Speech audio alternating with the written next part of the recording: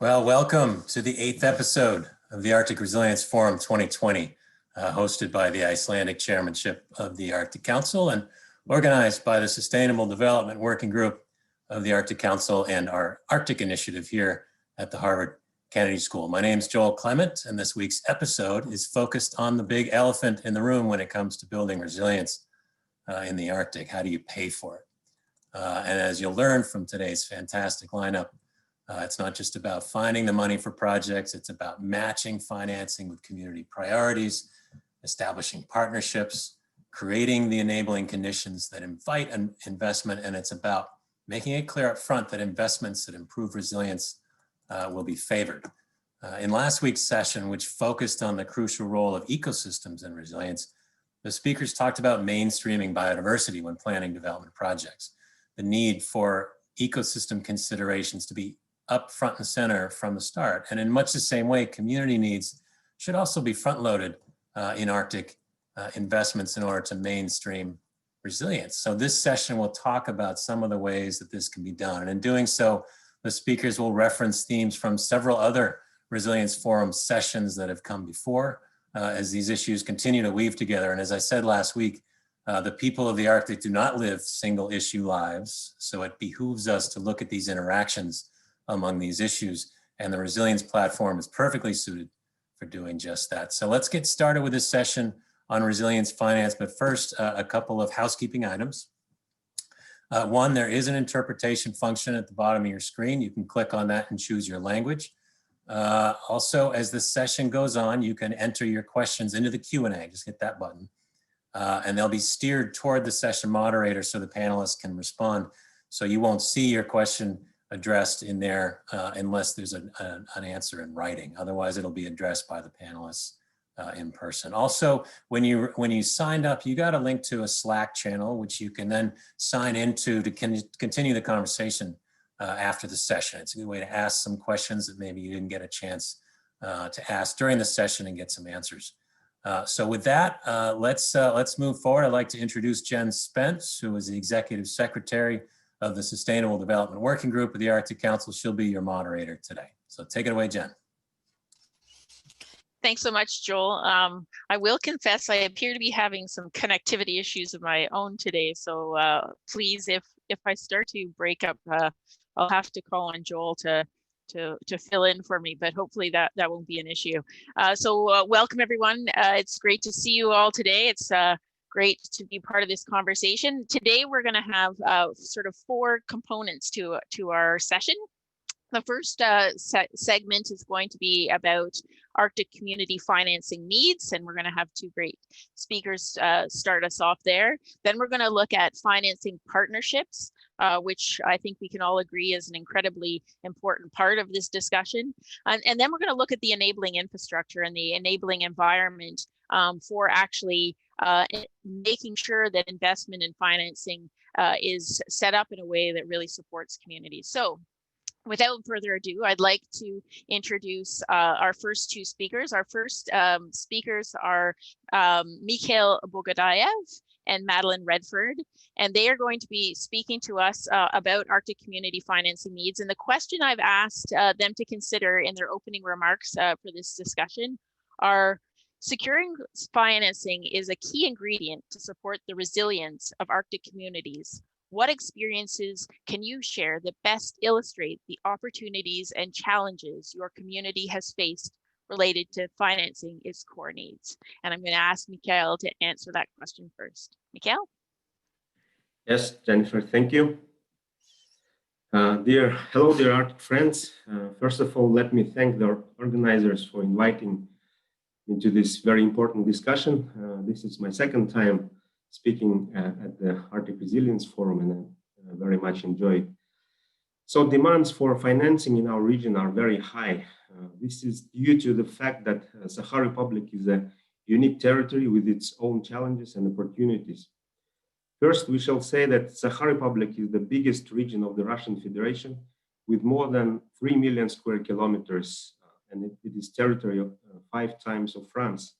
And one of the main challenges are vast areas, extreme climate conditions, lack of infrastructure, and sparsely populated areas.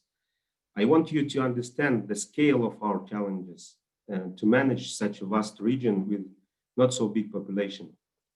And of course, costs for everything are very high here. Economic development is very much limited by competitive disadvantages such as northern rise in price for all goods and resources, especially transport costs.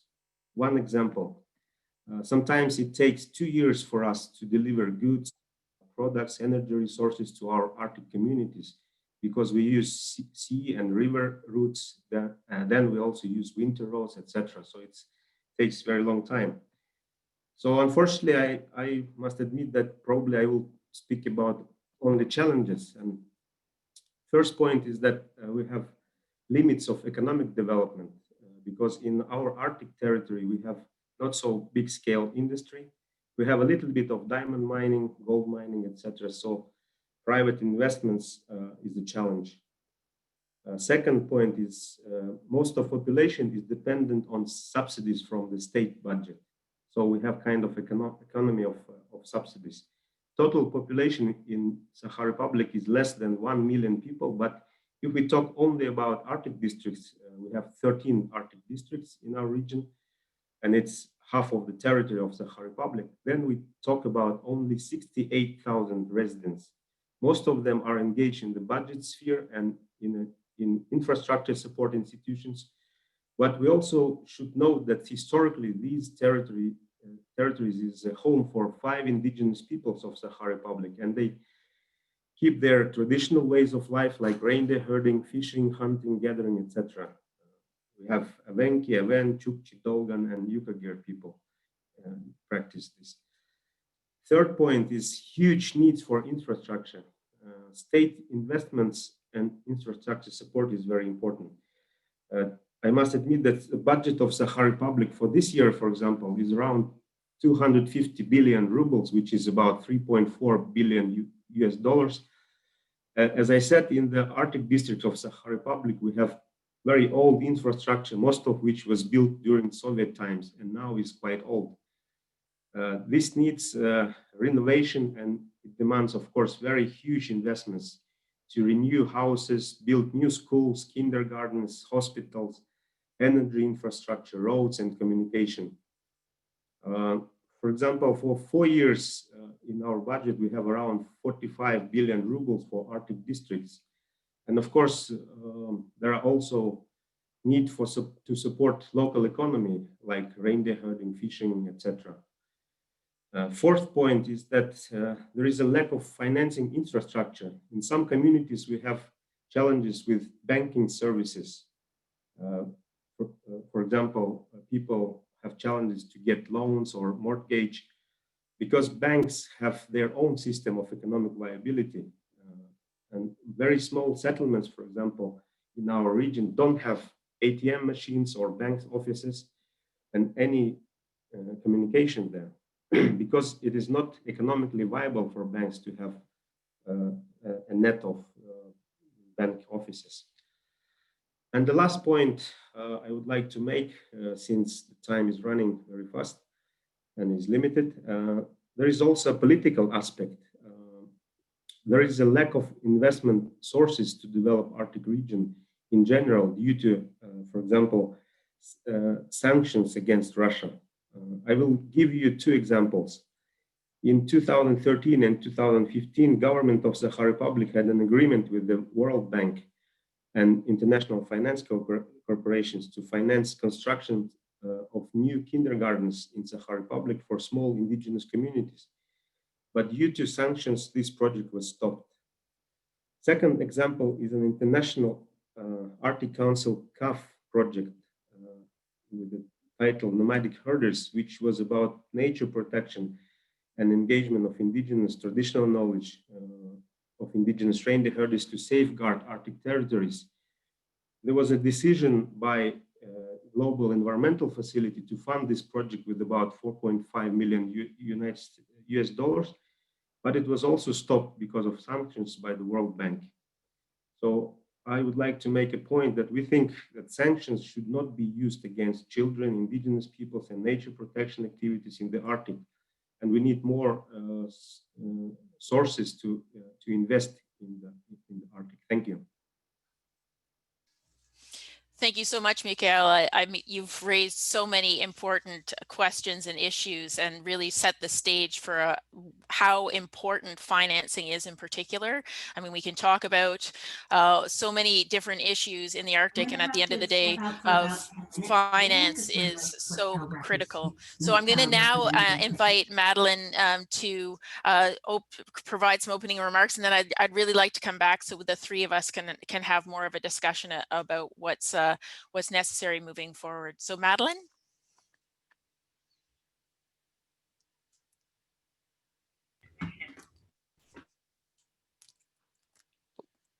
You're muted. There we go. There. Thank you so much. I know this is the Zoom challenge of the day. So my name is Madeline Redford, and I am based here in Nunavut, the capital of my territory. And I'm very thankful to be invited to speak about the investment opportunities in Canada's North. For the last 4 years under the Liberal government, there's been significant number of announcements made, for a number of issues dealing with housing and in particular other infrastructure, water, transportation, telecommunications.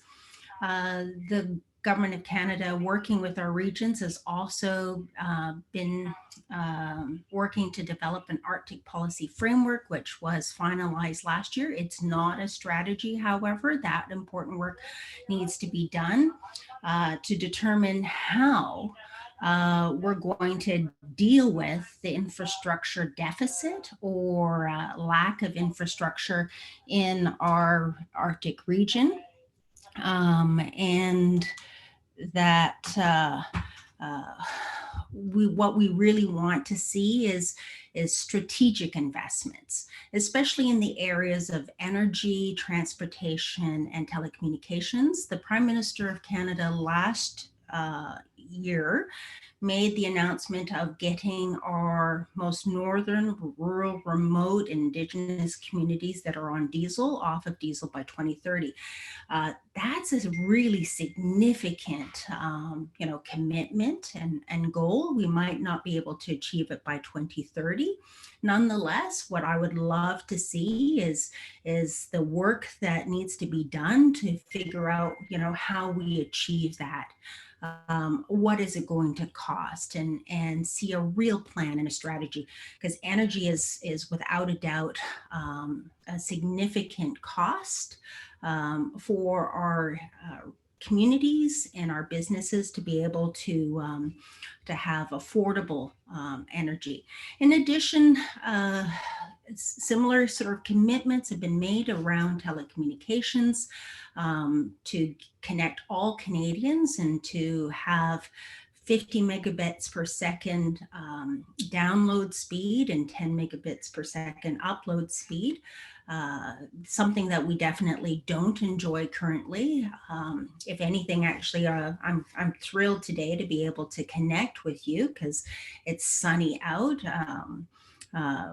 And why is that important? Well, it turns out that, the minute that we have a weather issue, from snow to rain to fog, we can have our internet go out. So because we're on the satellite, it's very slow, it's unreliable and unstable, and very expensive. Again, another significant barrier for many of our businesses in being able to, to do what many businesses around the world enjoy, something as simple as not just connecting, but also being able to take advantage of all the applications and technological advancements, using cloud as your storage base, internet exchange points.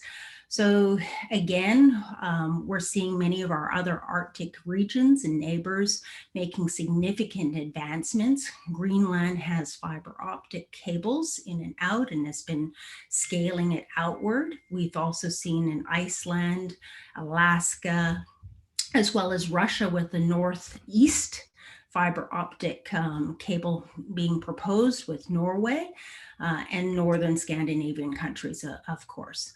So there's great opportunity, without a doubt, with all these commitments and funding. What I would, as I said, really like to see is that we're smart about how we use the available funds. The funding in of itself is not a strategy. What we can, often see from history is that those parts of the country that have the greatest capacity, where they have the more resources, are able to develop the proposals and the applications to secure the funding and build out their infrastructure, improve it, replace it.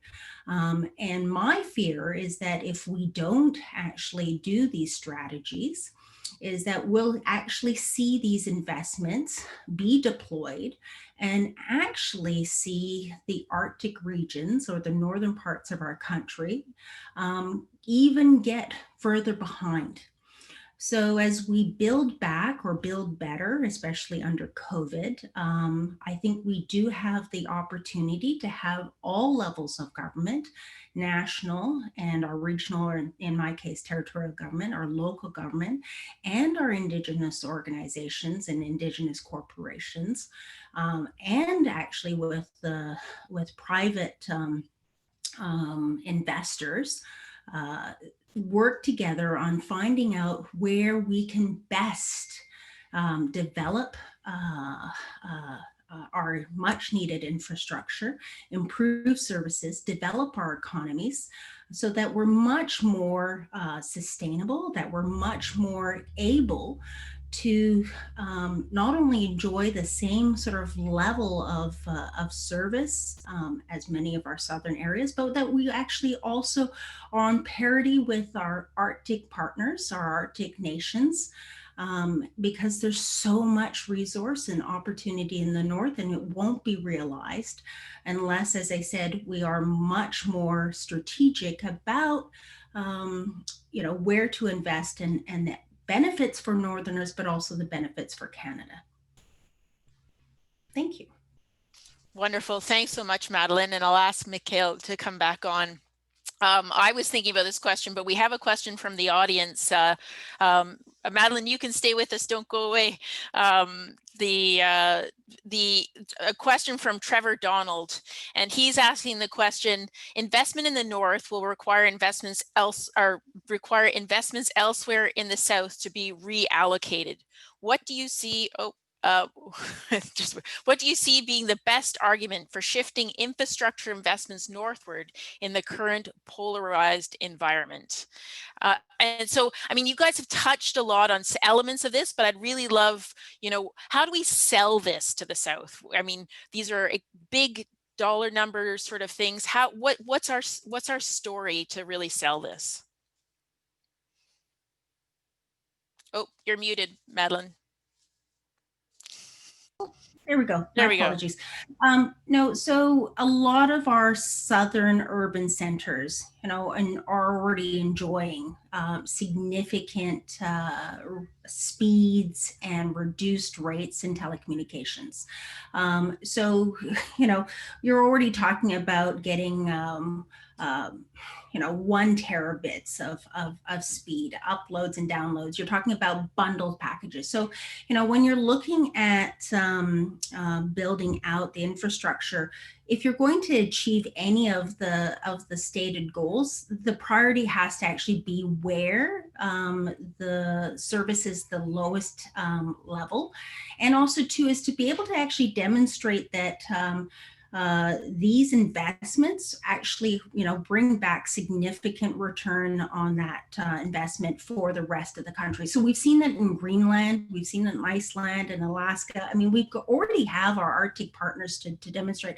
I remember once asking Greenland, if I could, they did a cost benefit analysis of their hydro plants and their fiber optic, and, can you show how much better it was and for the economy and for society and for governance. And they just kind of looked at me dumbfounded, sort of going like, well, why would we even spend all that time and effort to sort of demonstrate that it was beneficial? It is beneficial. Just, you wouldn't say that for, Toronto or Vancouver, like, prove to us in London, England, or in Paris, France, that the fiber optic, network and investments are a good investment. They just are. It's exponential.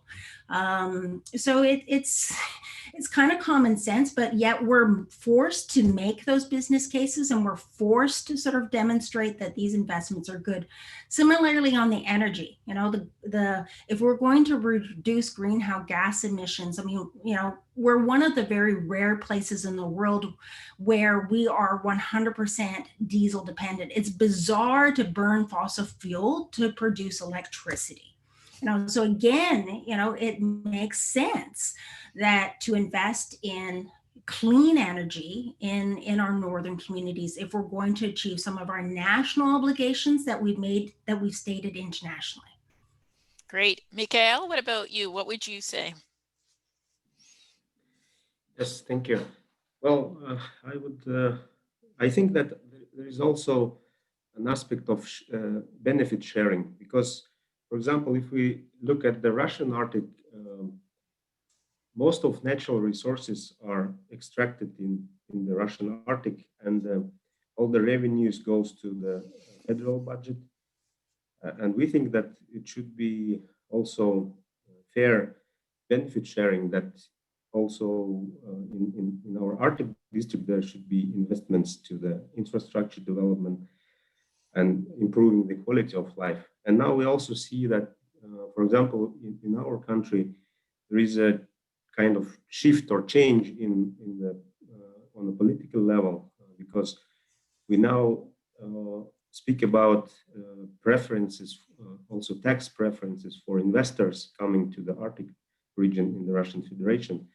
And we're trying to settle down this mechanism to support investments, also foreign investments in the Arctic. But we also need to find a balance between different interests. For example, of course, we have to secure Indigenous people's interests to support their traditional activities and livelihood, like reindeer herding, fishing, hunting, etc. And it's also access to natural resources. So there are many difficult questions, but I think in general, it is possible to reallocate investments also for Arctic regions from the south. I know this is something that you both have experience with. We're being asked by one of our participants about public-private partnerships and that kind of model for investment in the Arctic. What is your experience? We'll start with Mikhail. What's your experience been with public-private partnerships and how that can best serve the financing needs of communities? Yes, well, in our region, this is kind of new approach of public and private investments. As I said in my intervention, you have to understand the scale of the challenge, because it's a very huge area, and it's not so easy to build infrastructure when there is nothing, no roads, no energy power, etc. So we have some projects of public and private partnerships, and some of them they are successful. For example, today actually you could congratulate us, because in our region today, the president of Sakha Republic, Mikhail, he opened the fiber optic line to first this Arctic district to Olenyok. And today we were celebrating that high-speed internet came to Arctic district also. I share with Madeline concerns about internet connectivity, and at the last Arctic Resilience Forum I was speaking a lot about this, so I didn't focus on this now, but this is also an example of public and private partnership when we build this kind of fiber optic line, and we will continue this kind of projects and activities. And also it applied, we have several projects on building schools and kindergartens on this approach. So I think it's very important and very useful for Arctic development. Right. Madeline? Yes, so I do think that there is a wide range of different types of public and private partnerships. And there are some which can absolutely be beneficial. We've seen that in projects where there is the opportunity for a return on investment. The challenge, of course, is for some infrastructure that is purely public, whether it's recreational or it's airports, things that actually may not have an economic return. So we need to sort of look at, you want to be careful about, let's say, privatizing water, and then there's the profit obligation by your private investor who wants and needs to make a return on that investment. So in some cases, we've talked about, also looking at, past government subsidies and sort of seeing how maybe with our Indigenous organizations that own Indigenous corporations, about how, that investment or those subsidies might actually be able to help, get some other internal private investors, which are our own people's money, to participate in developing these important infrastructures where it's not so much profit oriented, but it's ensuring that the service, like clean water is something that is available to our people, or telecommunications, or in some cases, transportation. So it's I think the opportunity to look at things a little bit differently and uniquely. As I said, I was just doing an assessment recently about how much money the federal government has put into telecommunication subsidies in my part of the Arctic, and it's almost $1 billion for the last 20 years.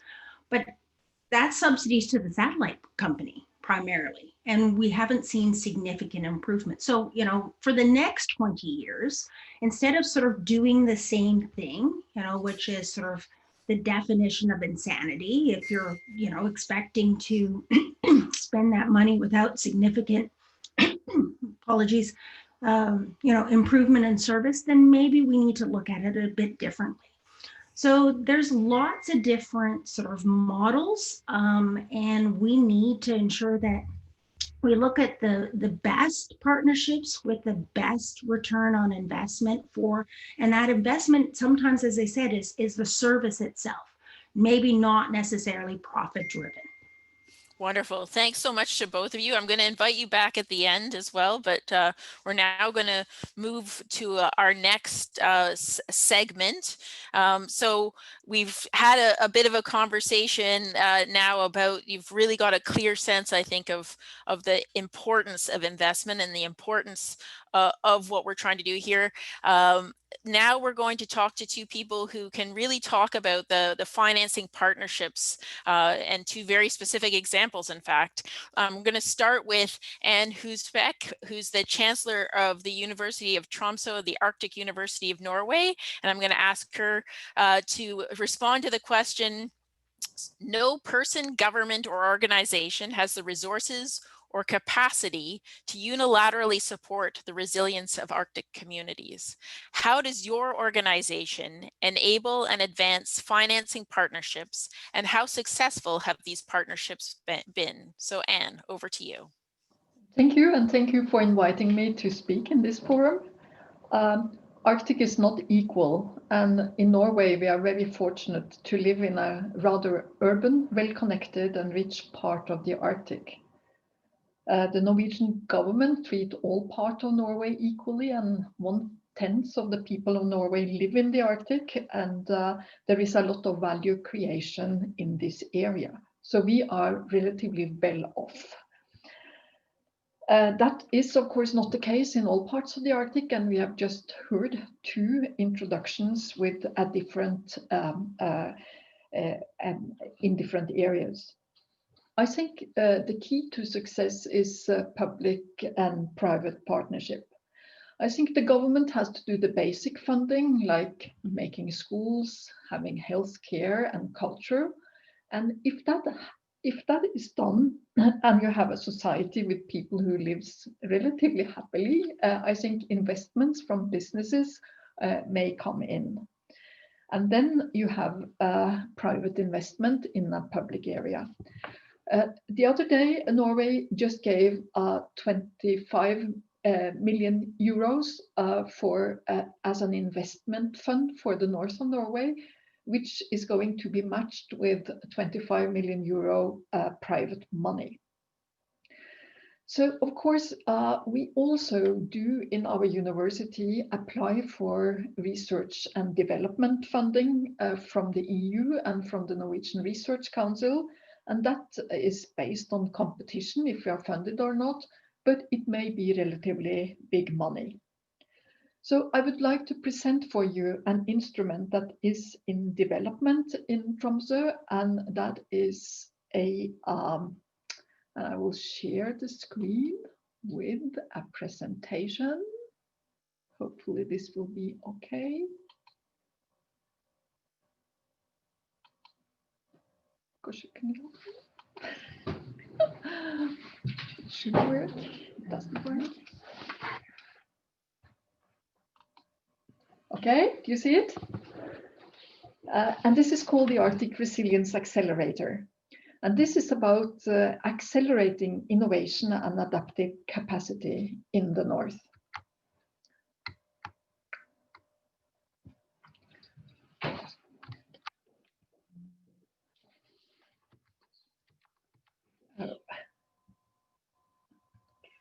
Try. No. Oh, there you go. Let's see. So this is a joint strategic Arctic initiative. It is in its development. It is about to be made, and those who are partners in this initiative is beside our university, Harvard Kennedy School, with Joel in the front, and the EPFL University in Switzerland. So this makes a good start of something that is an initiative with 3 pillars. One is called the Arctic Knowledge Initiative, and that is based on research and education, really to support innovation and adaptive capacities in the North, meaning that this is not basic research, that is research which is already translated into something that can make a change in the Arctic and make it more resilient. The second pillar is an Arctic Innovation Fund. And this fund should both be seed money for the Arctic Knowledge Initiative, but also help out financing results from the Arctic Knowledge Initiative. And the third pillar is the Arctic Resilience House, which will be a house which is pure green, which is very innovative in its making, and which makes people happily innovate for Arctic resilience when they come in. We have thought about 3 focal areas for this initiative, and all making Arctic more resilient.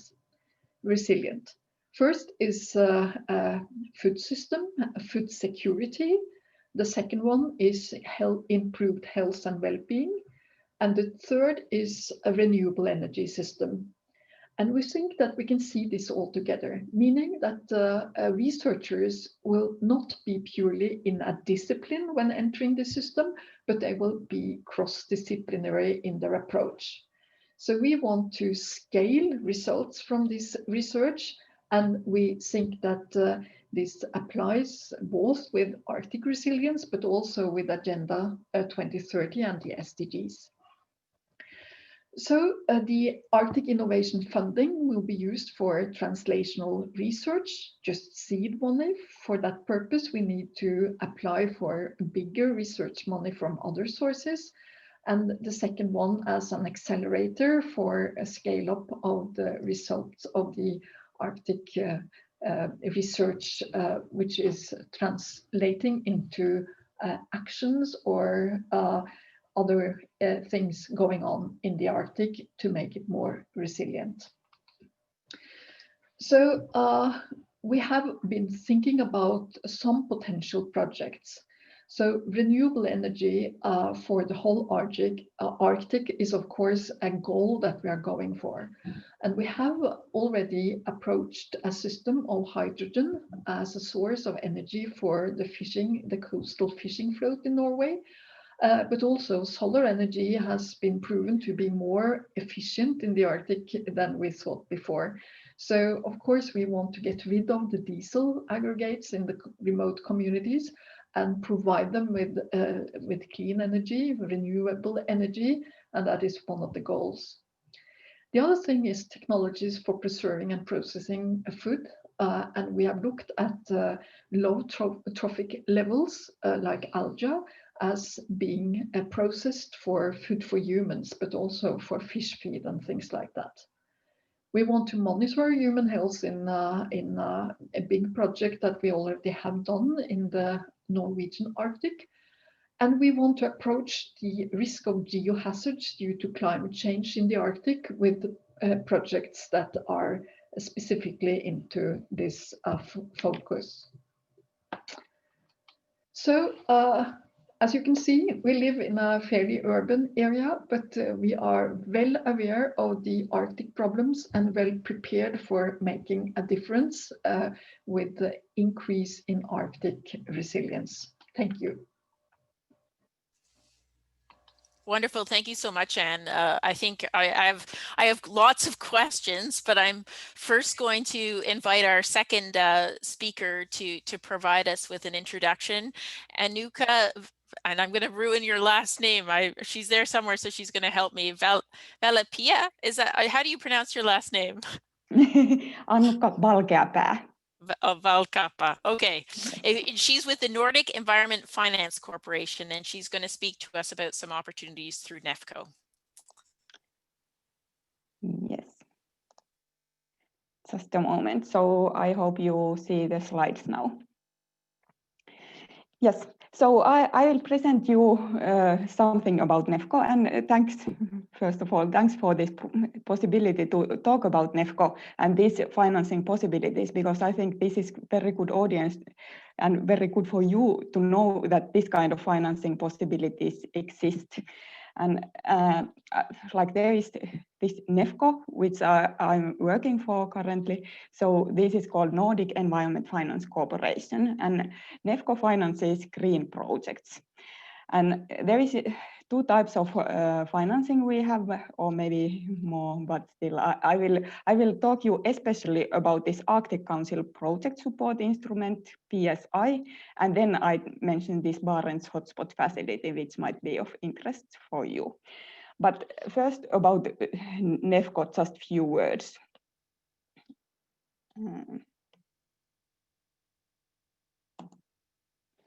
I would be happy to proceed.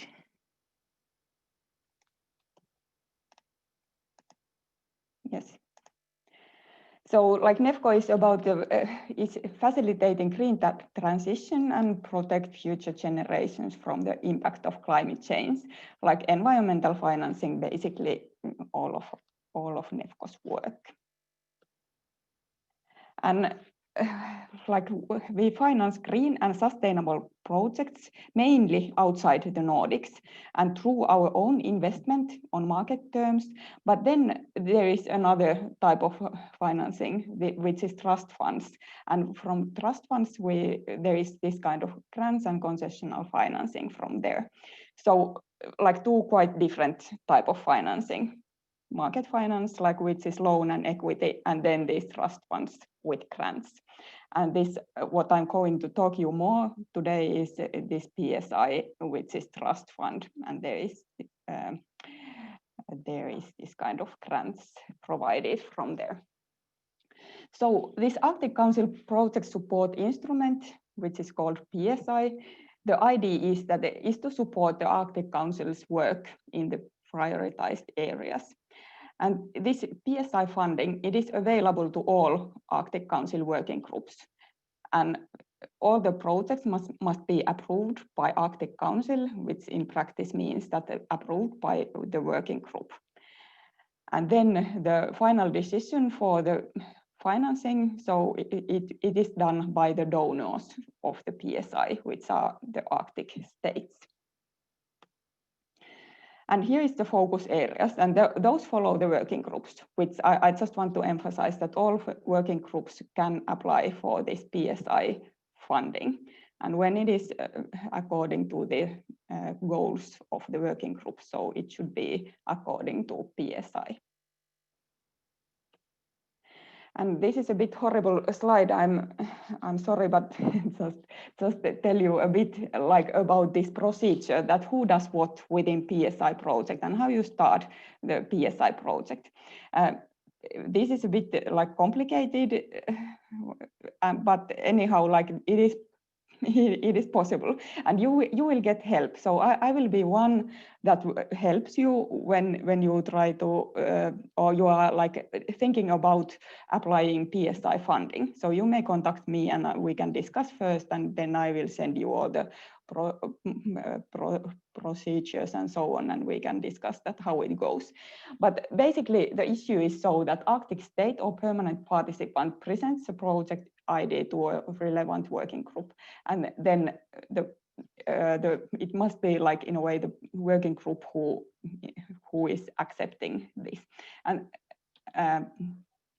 the project owner may be a ministry, public institution, non-governmental organization, or company. And then the expert group's role is that usually that they develop the project proposals, and then the working group, they approve the projects as Arctic Council project. And this is what we need before we can proceed. And NEFCO then is the fund manager. Like we do all the paperwork and so on, like organize, we process the proposals and like develop them together with the working groups and expert groups. And then we organize the PCOM meeting, which is this committee meeting who decides on the funding. And then we make the contracts, and then when the projects are ongoing, so we organize the project supervising committee meetings that follow the project and all the flow there, that everything is going correctly. And then the PSI committee called PCOM, so it decides on the project financing, and it consists on Arctic states, so the donors of the fund. And then I just mention you that there is this Barents hotspot facility, which is another trust fund.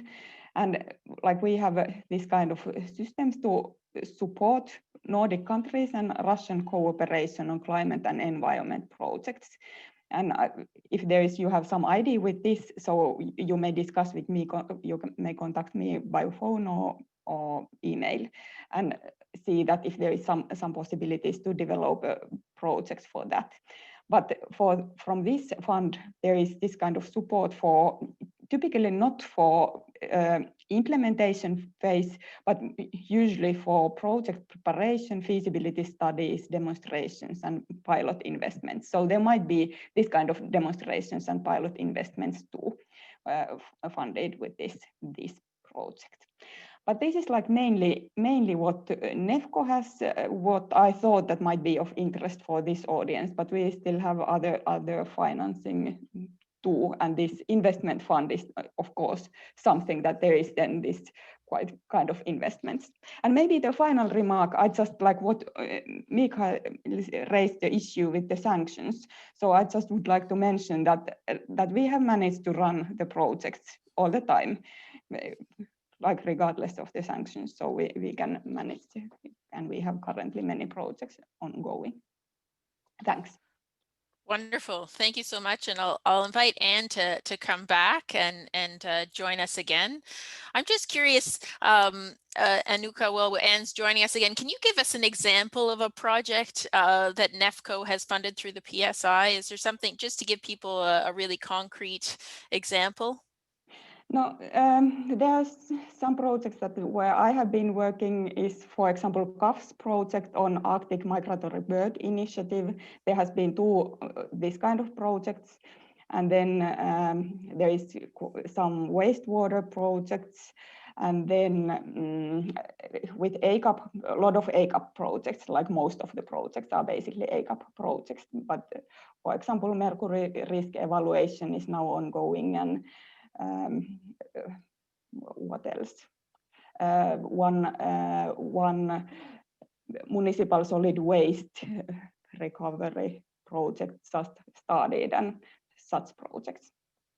Great. Thank you. Yeah, my sense is, and I'll say this with my Sustainable Development Working Group hat on, is that there's more and more effort being made through the PSI to broaden the scope of the types of projects, and there's more and more permanent participant organizations that are preparing proposals and having them funded through the mechanism as well, which is a work in progress, right? As you said, it's often been thought of mostly as focused on contaminants through the ACAP working group, but that there's more opportunity moving forward, I think. Yes, there definitely is, and I would be happy to see other project proposals from the other working groups too. So please just, and you may just contact me and we can discuss like how to proceed with it, but it is definitely a possibility. Wonderful. So Anne, in terms of the accelerator, can you tell me, you really sort of pointed out there's two Arctics to some extent. So can you tell me how this accelerator works at a circumpolar level, how that influences the decisions you make about the things that you focus on? Yeah, this is of course work in progress, but I think what is working in the Norwegian Arctic will probably also work in other parts of the Arctic. I think the key to success is to choose projects that really can be accelerated and made available in the whole Arctic, because it doesn't matter if it is, I mean, going on well in Norway, it may not fit into other parts of the Arctic, but that is not the cases that we are going to choose. We will choose things that are of interest for the whole circumpolar Arctic. Great, excellent. And so tell me, what's the role of innovation in all of this? How do we address, we've heard so much about there, I mean, sometimes you almost think it's overwhelming. Do you see the opportunity to really innovate here? Well, I think that for most researchers and faculty in our university and other universities, innovation has not been a big part of their work so far. So many have, got results that could easily be as a product or as a service, but that hasn't been thought about. So I think in order to develop innovation, you need to put pressure on the researchers, and you also have to add people into this initiative that know innovation better than most professors do. So I think there also is a new movement among young researchers that they are more likely to see innovation into their results. So hopefully we can make people think about it and develop the results into something that is usable, and usable in an Arctic resilience focus. Yes. And I don't want to put either of you on the spot, but my last question for both of you is sort of the role of communities in this. That we've really sort of, in the conversations we've had about resilience, Arctic resilience so far, we've really come to this sense that that resilience is built at the community level. Do you see that these mechanisms that you've introduced, the Resilience Accelerator and the PSI, for example, that they sort of put communities at the center, or what is the role of communities? Well, from our point of view, communities are very important. I think both security, renewable energy, and also health and welfare is key to make Arctic a nice place to live, and also to do investments, as I started to tell you, that if you would like resilient communities, you need some basic things like schools and healthcare and all of that, and then you can start to develop. So I think that all of the things that we have thought about, and I think also from the presenter in the first session, that they ask for renewable energy, for food security, and things that we take for granted. And I think that we will look to our projects and make them both available but also usable for small communities. Wonderful. Anuka, do you have anything else to add? Yeah, so we have with the PSI project proposal, there is like when you plan the project, so there is the questions that address the community issues there. So it is already there in the project proposal phase, like we want to know that if it's like proceeding as it should. But maybe if I can just like add one line for the Anne's presentation, like in a way you have the innovations, and when you get the things to work, so then NEFCO is very willing to finance then the good options. So then like it is good to know that there is this kind of like continuum with the finance also. Yeah, so thank you very much. I wrote down your address and contact. So it's very important that we collaborate and see the opportunities across borders. And we are in the Barents region also, so that is very good. Yes. Thank you. Wonderful. I mean, when we talked about preparing for this session, one of the things we talked about in particular was this matchmaking, this need to connect people who are doing different things. And so here we've had a concrete example of an opportunity for matchmaking. So that's wonderful. I'm going to now pass to our third segment. Here we're going to be talking about the enabling environment for resilience investment. We really see that it's and I think it's been touched on by our first two first two segments, that you can have all the money in the world and you can be very clear in what the needs are, but there's other sort of pieces of the recipe that need to come into place, whether it's the policy or the tools.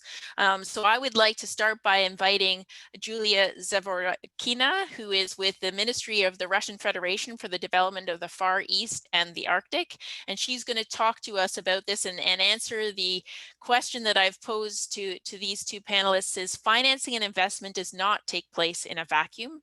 How do we create an enabling environment to encourage investment in Arctic resilience? So Julia, if you'd like to join us, please.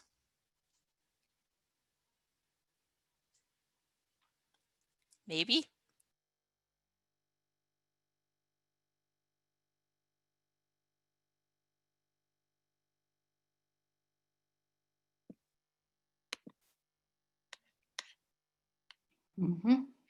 Good evening. I'm trying to just to find my presentation.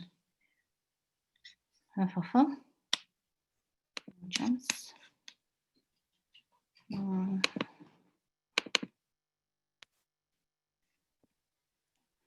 Unfortunately, oh yeah. Maybe. There we go. Okay. Hello, everyone. Thank you very much for inviting me. I think that it's one of the most with good reference forum. And I'd like to discuss today the possibility to creating the new sustainable Arctic finance system And here I'd like to present some vision which we founded in the financial organizations, because today we are discussing at the first segments some different parts of financing system. But here I'd like to focus your attention on on the vision of financial organizations. What we have today at the financial market. Firstly, we've got some global processes which influenced on the project. First of all, at EU carbon taxation, new regulation, which motivated big companies to recalculate their projects and maybe to found some offset, let's say Arctic projects to realize to going down the scopes in Paris Agreement calculation. So a good experience in Chinese to calculate all extraterritorial carbon effects. There is created a big amount of money which can be invested in maybe some really unusual projects, and we are going to find some mechanism how to do it. So we've got energy transition, and it's important because black carbon is going down from the market. In some cases, we can see that environmental risks are going up.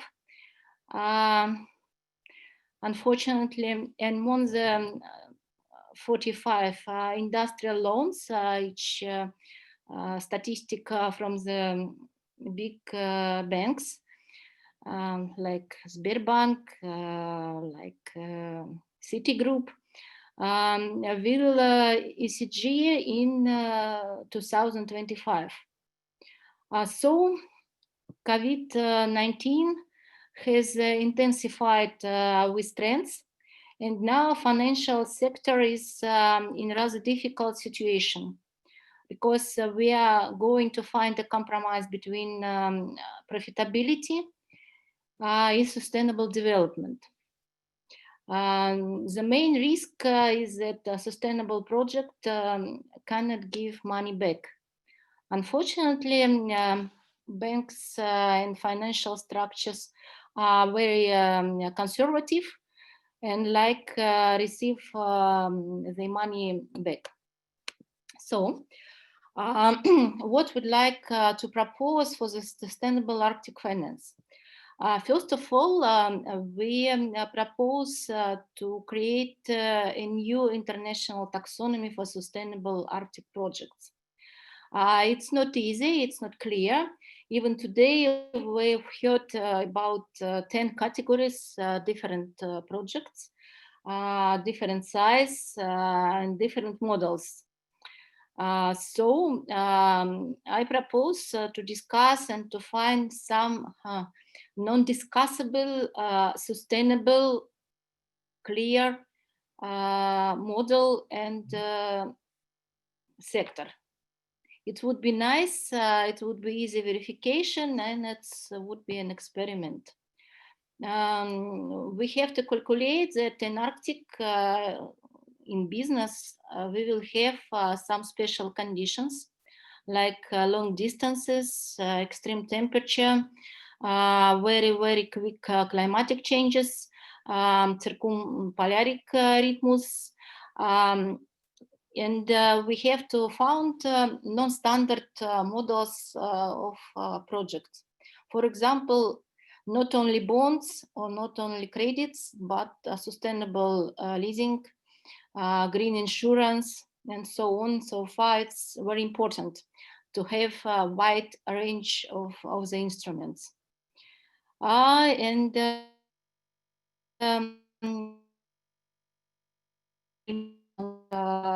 Point which I'd like to announce that it's necessary to create a new investment sources for the sustainable projects. What I mean? Of course, we use the results, and it's important, the results of the different projects which was funded by Arctic Council and supported Arctic Council. Today we have new conditions which sending us to revise the results, the main results. Today it's very difficult to estimate assets. Standard models are not working. Today we cannot have a forecast of the results. For example, in some renewable energy projects, or maybe some chemistry projects, it's rather difficult to estimate the market for this result. And we have to find who will pay for this risk. Of course, and today we have with thesis that main factor is the governmental support. It can be different type of support, like subsidies, tax reduction, special regulation in labor, or something like this. But it doesn't mean that we don't need to create non-governmental sources. Today, it's possible to find special instruments for Arctic, which would be business attractive. For example, we can create a monitoring system, stock exchange carbon units based, and recalculated logistic for the main transport companies. And it can be a reason to use with very nice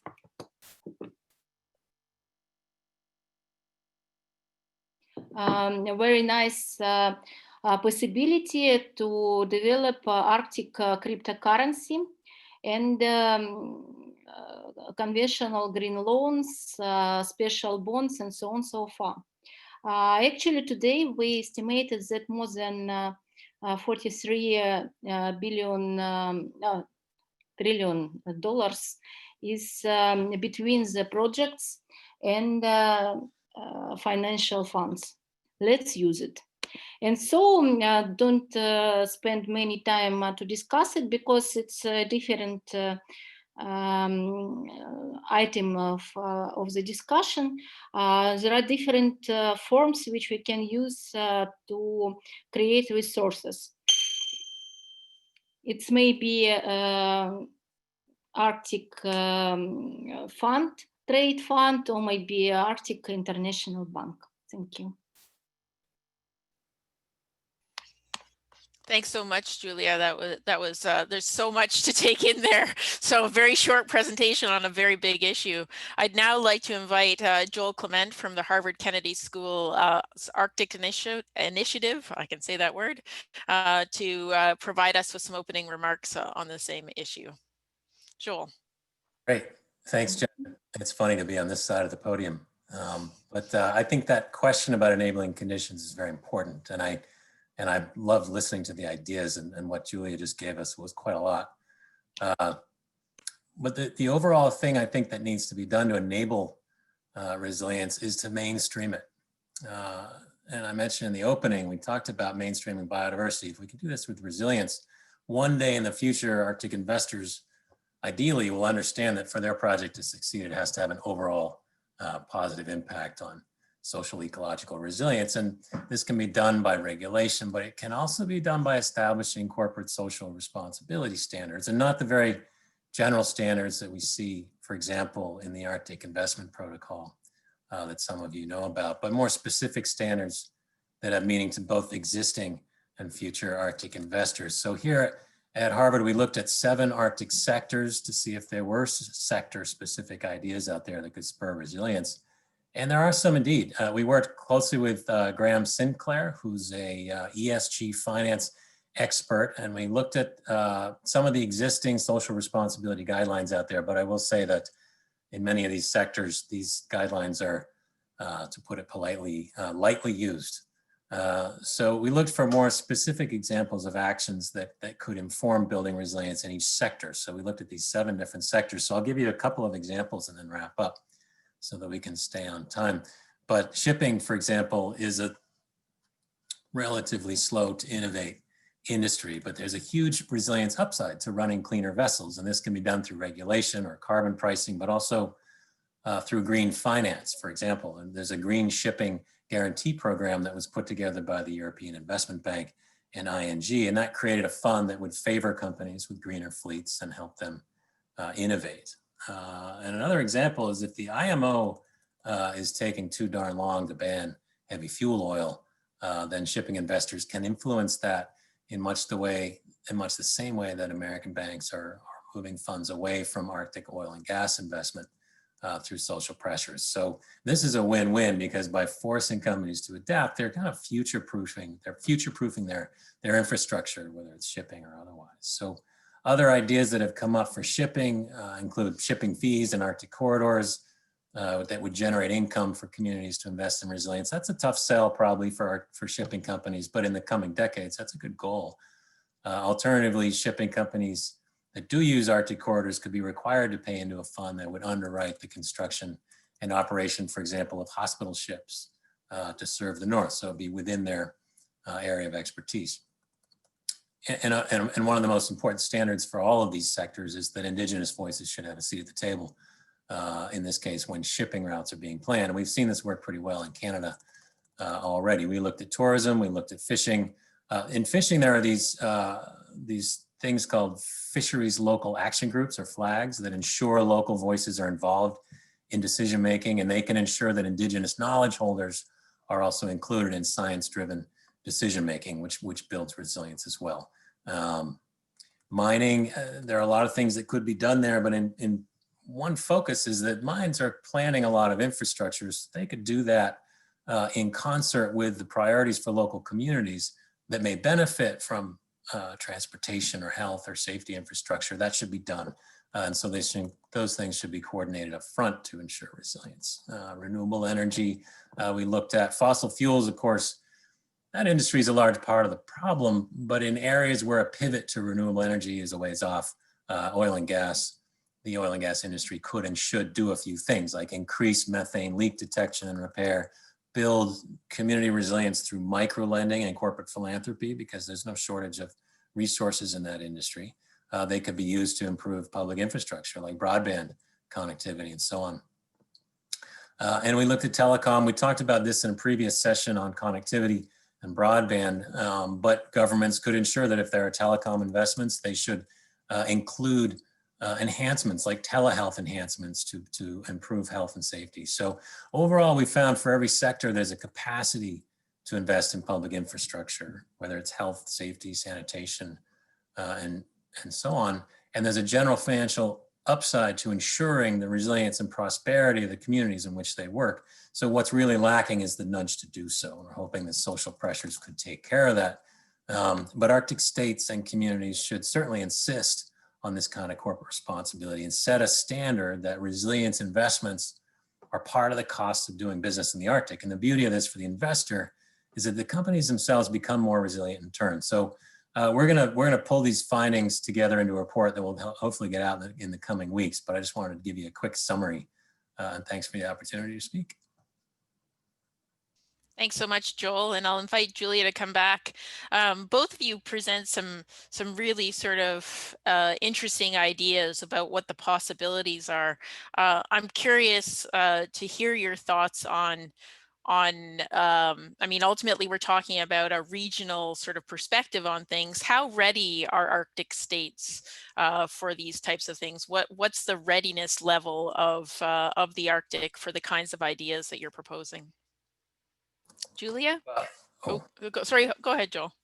I'll just say that there are, as we know, there's more than one Arctic, and they're all quite different. As we learned in the last session, you know, there's some money in the Nordic countries, and there are some investment possibilities, and I think an openness to investing in these kinds of things, whereas in the North American Arctic and maybe Russia, it's less so. So it's not an even spread of enabling conditions out there, and a lot of work needs to be done, but not applied evenly across the Pan-Arctic. Julia? Yes, it's not easy question, but I think that I agree with many things that Joel just said.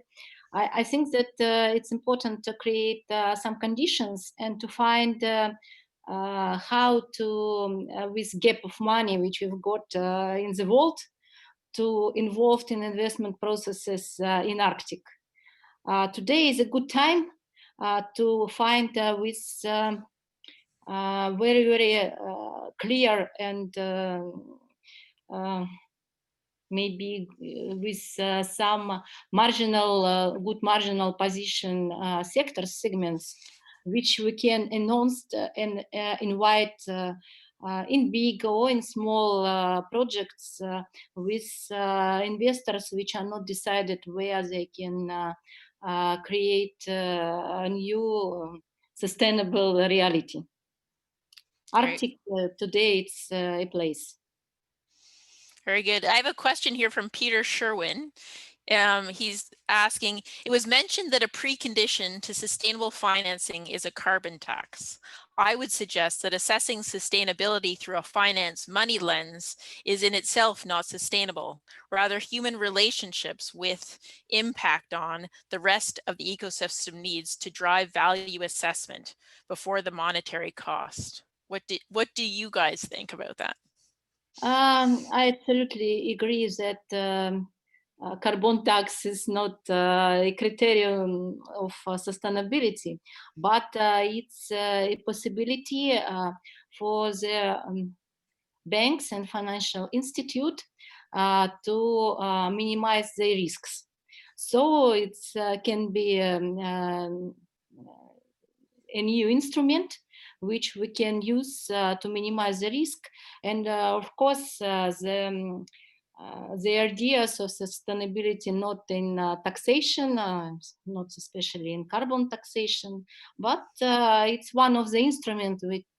It's a reason why I mention it. It is new, and it's a new possibility to use it. Right, Joel? Well, I'll just say that the finance tends to be a top-down process, whereas establishing resilience is more of a bottom-up. You're cutting in and out. I think I just had a notification pop up. Whereas resilience priorities are established from the bottom up and should be, and reconciling those two flows is important and difficult. I don't think, even with a carbon taxing process in place, that you can necessarily be assured that you're building resilience. So that bottom-up process needs to be nurtured and fostered equally, and that I think is the challenge in doing this work. Great, thank you. I'm going to invite all the speakers to come back now. If you want to turn your cameras on, and I'm actually going to start this last part by stealing something that Madeline Redford commented on at the beginning, and that was we're in a pandemic. It has had a lot of impacts, and we heard Julia talk about some of those on the financial community. And she used the term, we need to build back or build better. And I think I really want to focus on that idea of building better, because ultimately that's what we're talking about when we use this term resilience. That's what we've tried to communicate. And I just want to get people's sense of what is the potential, given where we are right now, to build better, and what does that look like from your perspective? And I want to start with Madeline and Mikhail, since they have been waiting here patiently since the beginning.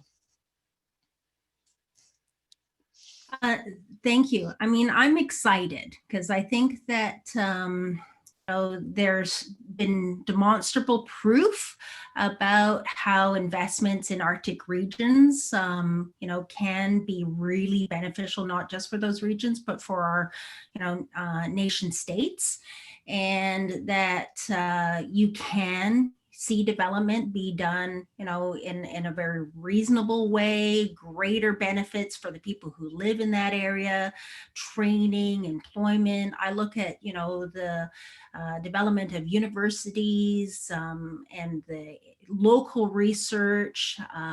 It builds up capacity for people who are going to go into business and who are choose to be involved in politics and govern. It is possible because we see it happening, and that it is vibrant, it is robust, and rather than what we've seen historically, which is Arctic regions being, just part of our sort of nation identity and sort of in a romanticized way, but neglected. And there is a real chance to, as I said, see things being done that is transformative. And so why not? I mean, it's not just the regions that haven't had that type of investment, but you can build on that and see tremendous returns on not only the financial investment, but tremendous returns on, all that wealth and that specialized knowledge, that it is, as I said, equally beneficial. It's a win-win for the North. It's a win-win for their nation state. So as I said, I'm positive and excited. And if we don't step up, it will just get worse. And there's no reason for it to be that way. Great. Thank you. Mikhail? Yes, thank you. Well, I would like to echo what Madeline just said. I also think that there are very big perspectives and prospects of future development, as well as the challenges. Challenges are so big that we need to use new approaches in the Arctic. And I think that the key here is the knowledge development also. And I'm very glad that in this discussion we have also universities. And I think it's very important that universities also work very closely with communities, especially with indigenous communities. And I really hope that and wish that knowledge institutions will be also developed for indigenous people. For example, I was very interested in the presentation that Anna made about ARA project, and I think this is very important to ensure that also indigenous peoples are involved in this kind of projects, and universities support special programs for indigenous communities to develop their own economy based on their own knowledge. There are many other prospects, and today we are discussing about finance, and we have so broad and different perspectives, which I think can create something very special and different for indigenous communities. I will be rather short. Thank you. And do you have any thoughts? We were talking about education, so I love to hear your thoughts. Yeah, well, I think that education, knowledge is a key to development of any society. And as Misha said, we need to know more. We need to use these skills that are already there. But what two aspects I wanted to touch upon. I think for the whole world, the pandemic has meant financial loss. But I think after the pandemic, we will be redeveloping our industry, businesses, and everything. And we have then a golden chance, I think, to make a green transition when we build things up again. For instance, in the north of Norway, tourism industry is a big thing, and it's gone. It's no tourists, of course, in Norway, and not in other parts of the world either. A lot of these small companies has now is out of the market, and when the tourism industry is rebuilt, we have to do that in another way to keep a green approach and resilient approach, which I think could be adapted in the whole circumpolar area as well as the rest of the world. The other thing which I think is important is that the Arctic has been net exporters of resources to other places where profit is being made. I think in the future we have to make the people living in the Arctic knowledgeable about how to make resources more valuable and keep profit in the Arctic area. Even in Norway, which is really well developed, it has been a net export of everything to the south. And that is actually not going to happen in the future. As a chancellor of a university, I think that one of the things I would like to see is to make new candidates knowledgeable about this and trying to get business creations in the north taking care of the resources before they are exported to the rest of the world. And that has been the case in the whole circumpolar area, and we need to take that into consideration when we come to economy and finances. Thank you. Joel, I know this is something near and dear to your heart, if you'd like to take the floor. Well, I will just say that I'm optimistic as well, like Madeline, and because I see resilience becoming mainstream in a lot of the conversations in the Arctic, but I also see a lot of good ideas, projects, and examples in each of the sectors that operate in the Arctic. So it's a matter of just linking those with some finances, and that in some cases is just going to require some political will to induce that. And we are pretty optimistic in the United States right now because President-elect Joe Biden's campaign slogan is Build Back Better. So it exactly responds to what you're saying, and it also encapsulates the meaning of resilience. So to me, things are looking up, and hopefully we will see some improvements. Great, excellent. Anyone else want to comment on this? No, I'm very optimistic because I think that with energy transition and green transition, will develop Arctic projects and involved investment money from different regions, even from Africa. Yeah, and I would also like to comment from that side that I think there is like really potential to build better.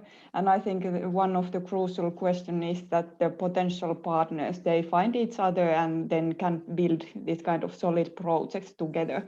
And like this is, I think this is in a way the key to address the ecological and social resilience, like from the finance point of view. Like when there is good project and when it's genuinely taking into account these ecological and social issues.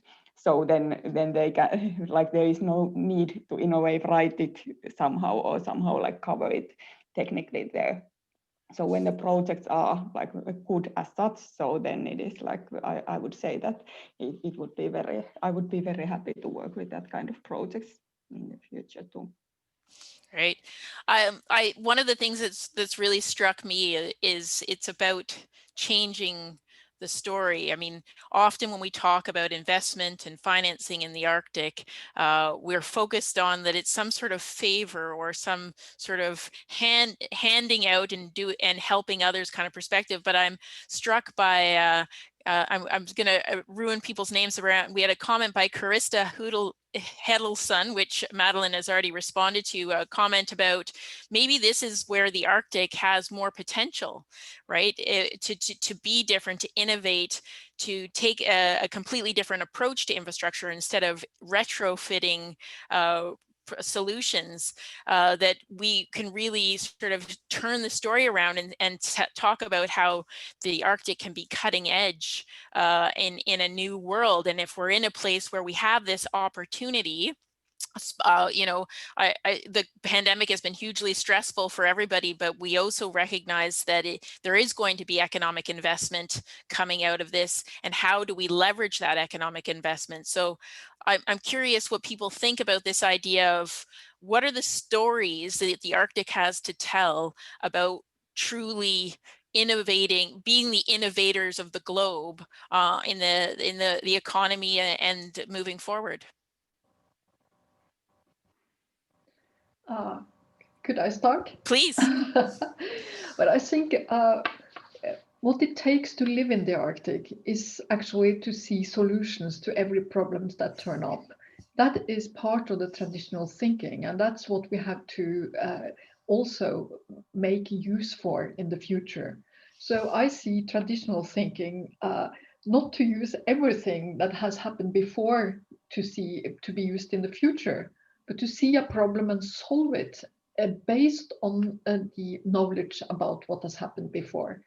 So I totally agree. We should be in the lead of innovation for a better and greener future.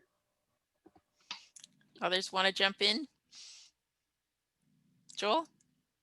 Well, I just want to echo what Anna said, because the unique capacity that the Arctic has is all the indigenous knowledge that resides there and the land. And I think that's a pretty unique asset, and it's probably going to hold the keys to resilience going forward. But there is an anchor also in the Arctic, and I don't think we can ignore the fact that the fossil fuel industry is dragging down resilience. And so if we can manage that transition from the fossil fuel industry to those renewable energy sources, that's when I see the Arctic really taking off as a place of innovation and expertise. And that's when really I think the Arctic could get into a leadership role, but it will take that. Yeah, I was thinking a bit like same line, that it is very good story in that sense that when we manage something in the Arctic, so why not in other parts of the world too? Great. Well, we're quickly running out of time. I want to just sort of open the floor. Our next session next week, which is interesting since it's come up so much, is on infrastructure. But I want to come back to this idea of matchmaking. And we've talked that the money is there, the opportunities are there. What do we need to do more to focus, to create connect the dots better, which is, I think, where one of the greatest challenges is right now. Mikhail? Can I please. say some words? Yeah. I also agree with previous speakers that knowledge and is very important. What is special with the Arctic is indigenous communities. It's has very rich history, and I think that also it is very important to provide opportunities for institution development for indigenous communities, because yes, we have our knowledge, but we have some challenges to transfer this knowledge, to develop this knowledge, and indigenous institutions very often are not at the same level to compete for financial resources. So we need to kind of make the equal approaches for indigenous institutions, although also other scientific and educational institutions. It's very important to try to combine science and traditional knowledge to get something new, which will help us to better understand what is happening in the Arctic and how this should be happening in the future. Great, thank you. Others that want to comment?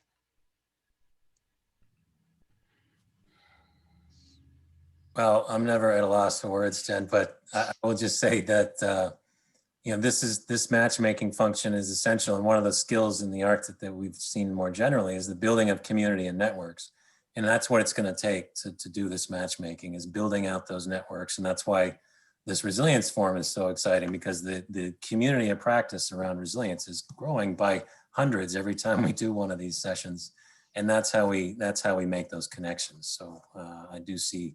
I feel optimistic about that matchmaking function as well. Wonderful. Well, I want to thank you all for your time and for your contributions today. I've really enjoyed learning from all of you and hearing your perspectives. I hope that next week we can really build on what you've talked about here when we talk about infrastructure, since it's such a fundamental part of this idea of resilience. And then we have our very last session. We're coming close to the end, where we're going to be talking about Indigenous knowledge and the role of Indigenous knowledge. So two really important sessions coming forward. And I hope that everyone will come back and join us again. And thank you so much for your time. Bye, everyone. Thank you. Thank you.